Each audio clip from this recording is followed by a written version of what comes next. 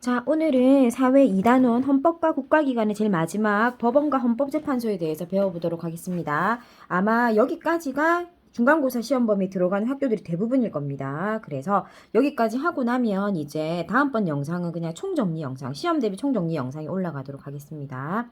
자, 지금 사법이라는 개념은 우리가 단어를 의미를 한번 볼까요? 사법이라는 것은 사법과 공법을 얘기할 때 사법은 개인 간의 법을 말하는 거고, 여기서 사법이라고 하는 것은 법을 적용하는 작용 자체를 사법기관, 사법이라고 얘기하는 거예요. 우리가 말하는 사법이랑은 다릅니다. 한자가 틀려요. 우리가 한글로는 사법하고 똑같이 쓰는데 한자가 틀리고, 그 다음에 여기서 말하는 사법은 법을 적용하는 단계라는 겁니다. 그러면 우리가 지난 시간 걸 간단하게 복습해 볼까요? 자, 행정부 우리 배웠고 입법부 배웠어요. 그리고 오늘 배우는 게 사법부야.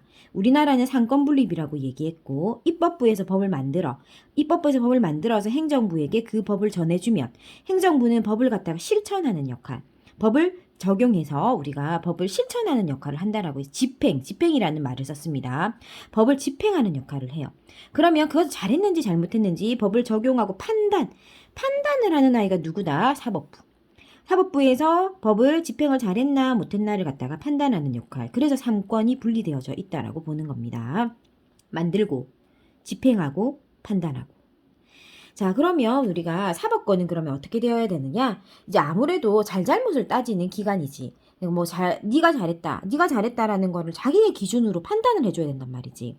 그렇기 때문에 예를 들어서 그 판단의 주체가 한쪽 편으로 쏠려 있다든지, 아니면 그 판단의 주체가 인간인 지 생각 가지고 얘기를 한다라고 생각해봐. 지 생각 가지고 얘기하면 그 사람의 생각 자체가 틀렸을 수도 있잖아. 그지?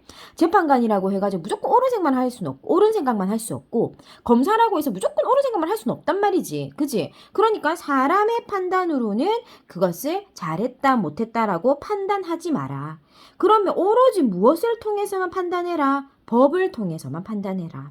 그래서 재판은 어떤 외부의 간섭 없이 또는 자신의 생각은 넣지 않고 오로지 양심과 법률에 의해서만 공정하게 재판을 해야 된다. 그래서 사법권은 반드시 독립이 보장되어야 한다. 알겠죠? 그래서 사법권은 항상 독립이 보장되어야 한다라는 거 중요한 개념으로 알아두셔야 합니다. 알았죠? 자, 그래야지 공정성이 보장된다. 자, 그러면 법원의 조직도 한번 보도록 할게요. 자, 지금 법원의 조직도를 보면, 자, 대법원, 고등법원, 지방법원 되어져 있는데, 일단 특수법원은 제외하고, 요렇게 봤을 때 1심, 2심, 3심. 얘가 제일 형님이지. 그지? 여기서부터 시작하는 거야, 지방법원에서. 자, 그래서 내가 1심 재판 받았는데, 나 이거는 조금 내가 불복할 것 같아. 받아들이지 못하겠어. 그럼 고등법원으로 가. 2심으로 하고. 자, 그 다음에 이제 대법원으로 가서 우리가 3심을 받게 되는데, 자, 이렇게 했을 때 한 가지 사건으로 재판을 3번 받을 수 있고, 대법원에서 판결이 나면 더 이상 따질 수가 없어. 그 사건에 대해서는. 그럼 그걸로 끝이야. 그죠? 자, 그래서 우리가 지방법원에서 고등법원에 대법원까지 가서 3심을 받을 수가 있다. 자, 그래서 지방법원에서 우리가 고등법원으로 할 때는 항소한다라고 이야기합니다. 용어도 봐두세요. 그 다음에 고등법원에서 대법원으로 갈 때는 상고한다라는 표현을 쓰고 있습니다. 그래서 그런 표현들도 선생님이 언급 안 하시는 학교들은 굳이 외울 필요 없지만 그 표현들 자체도 또 중요하게 이제까지 다루어온 추세이기 때문에 봐두는 것이 좋습니다. 자, 이렇게 우리는 대표적인 법률 단계는 지방에서 고등으로, 고등에서 대법원으로 간다. 자, 그러면 특수법원은 뭐냐면 예를 들어서 가정법원이라든지 행정법원이라든지 이런 것들이 있다. 가정법원이라는 건 이혼이나 상속이나 가정생활에 관련된 부분들은 가정법원에 가는 거고, 행정법원은 말 그대로 행정기관이랑 뭔가 소송적인 부분에 또는 내가 피해를 입었을 때 그때 행정법원에 갈 수가 있습니다. 이렇게 어떤 특수한 부분을 맡고 있는 것을 특수법원이다 라고 이야기하는 겁니다. 자, 그러면 법원의 기능으로 한번 가보겠습니다. 자, 법원의 기능은 당연히 재판을 하는 거겠죠. 판단을 하는 거예요. 법적 분쟁을 갖다가 해결하고자 하는 것이 목표다. 자, 그러면 위헌 법률 심판을 제청한다라는 어려운 말이 나와져 있어. 자, 그러면 위헌 법률이라는 말 그대로 생각해봐. 헌법을 위배하는 법률.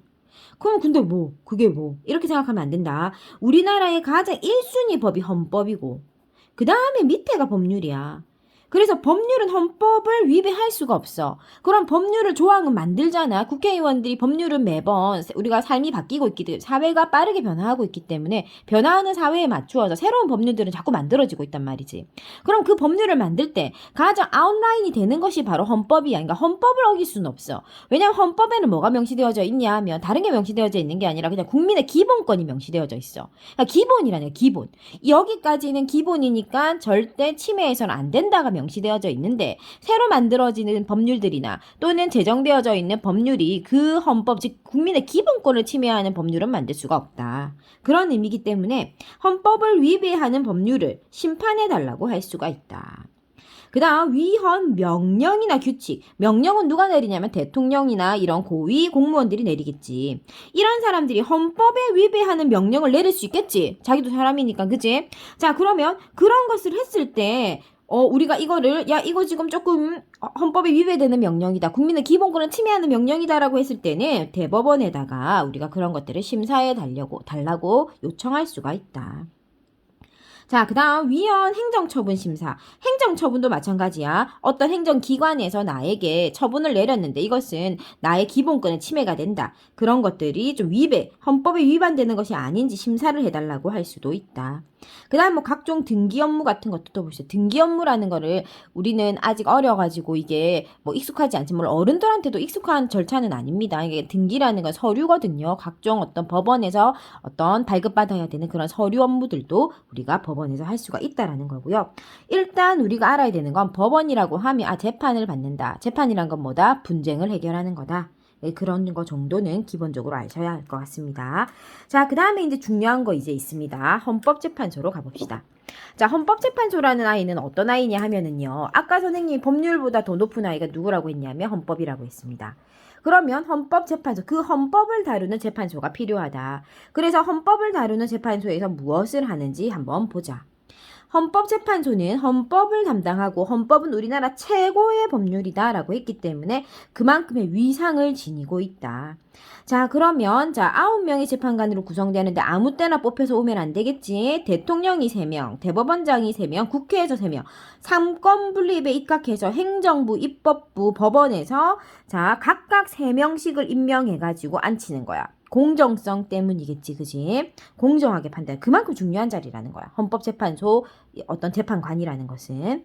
자, 그러면 헌법재판소는 어떤 일을 하길래 그렇게 중요한가 한번 살펴봅시다. 자, 헌법에 위배되는 법률을 심판한다. 그 다음 헌법소원을 심판한다라고 했는데 헌법소원은 뭐냐면 일반 국민들이 자신이 법률에 의해서 기본권이 침해당했다라고 느꼈을 때 헌법재판소로 달려가서 내가 이런 기본권 침해를 당했습니다 하고 재판을 청구하는데 그 재판을 청구하는 이름을 헌법소원이다라고 해놓은 거야. 나 헌법재판소에 헌법소원하러 갈 거야 라고 한다라는 건 어떤 의미다? 나 지금 기본권을 침해당해서 법률이 내 기본권을 침해당했으니까 법률보다 높은 헌법에 가가지고 내가 기본권 침해를 당했으니 구제해 주세요 라고 할 거다라는 의미지. 그지? 자, 그 다음에 탄핵 심판할 수 있습니다. 뭐 대통령 같은 사람들이 어떻게 뭐 국가에 도움이 되지 않는 또 잘못을 했다든지 아니면 자신의 이익만을 위해서 활동한다든지 뭐 그럴 때 우리가 탄핵을 요청할 수 있다. 그럼 그 탄핵 요청이 들어왔을 때 헌법재판소에서 마지막으로 이 탄핵이 적절한지 아닌지에 대해서 판단하는 거지. 자, 그 다음 이제 권한쟁의라든지 정당 해산 심판도 할 수 있다. 말들이 좀 어렵지, 그지? 자, 권한쟁의라는 건 뭐냐면 권한의 어떤 분쟁이 일어났을 때 심판을 하고 따져본다 이런 말입니다. 그러니까 국가 기관끼리. 자, 그 다음에 이제 정당이 해산하는 거 심판한다라고 했는데 정당이라는 것은 어떤 것이냐 하면은 국민의 의견들을 하나로 모아서 국회에 전달하는 역할을 할 거야. 자, 우리가 국회 입법부를 배울 때 비례대표를 통해서 국회의원이 당선될 수 있다라고 했어. 비례대표라는 사람들은 어떤 사람들이었냐 하면 그 정당에 소속되어 있는 사람들이고 그 정당이 국민들에게 표를 많이 받으면 거기에 비례해서 그 정당이란 이유만으로 국회의원의 자격이 주어진다. 그게 비례대표다라고 했단 말이지. 왜 그렇게까지 정당에게 국회의원 자리를 주냐? 그 이유가 정당은 국민의 의견을 국회에 전달하는 역할을 하기 때문이야. 자, 그러면 이 정당의 원래의 목적이 뭐야? 국민의 의견을 국회에 전달하잖아. 그러면 반대의 어떤 정당도 있겠지. 그지? 항상 정치적인 뜻이 국민들이 다 같지는 않으니까. 그럼 반대 의견을 내는 사람들이 만약에 뭐 대통령이 당선됐다. 그런데 나를 반대하는 사람들이 꼴보기 싫어. 그렇다고 해서 그 정당을 대통령이 마음대로 해산시킬 수 있거나 없앨 수 있다 하면은 민주주의라는 것 자체가 실현되지 않겠지. 그래서 그 정당에 만드는 건 자유롭게 만들 수 있어. 하지만 없애는 것은 대통령이나 권력자들이 함부로 없애지 못하도록 까다롭게 절차를 지켜서 해산하도록만 되어져 있어. 그러니까 민주주의를 보호하기 위해서요. 국민들의 다양한 의견을 보호하기 위해서. 그래서 가장 위상 있는 헌법재판소에서만 이런 정당 해산을 의논할 수 있도록 해놓은 거지. 자, 그래서 우리가 말들이 지금 사회는 보면 1단원도 2단원도 내용은 사실 되게 간단하다. 하지만 말들이 좀 어려운 말들이 있기 때문에 조금 디테일하게 세세하게 외워주면 객관식으로 풀 때 쉬워.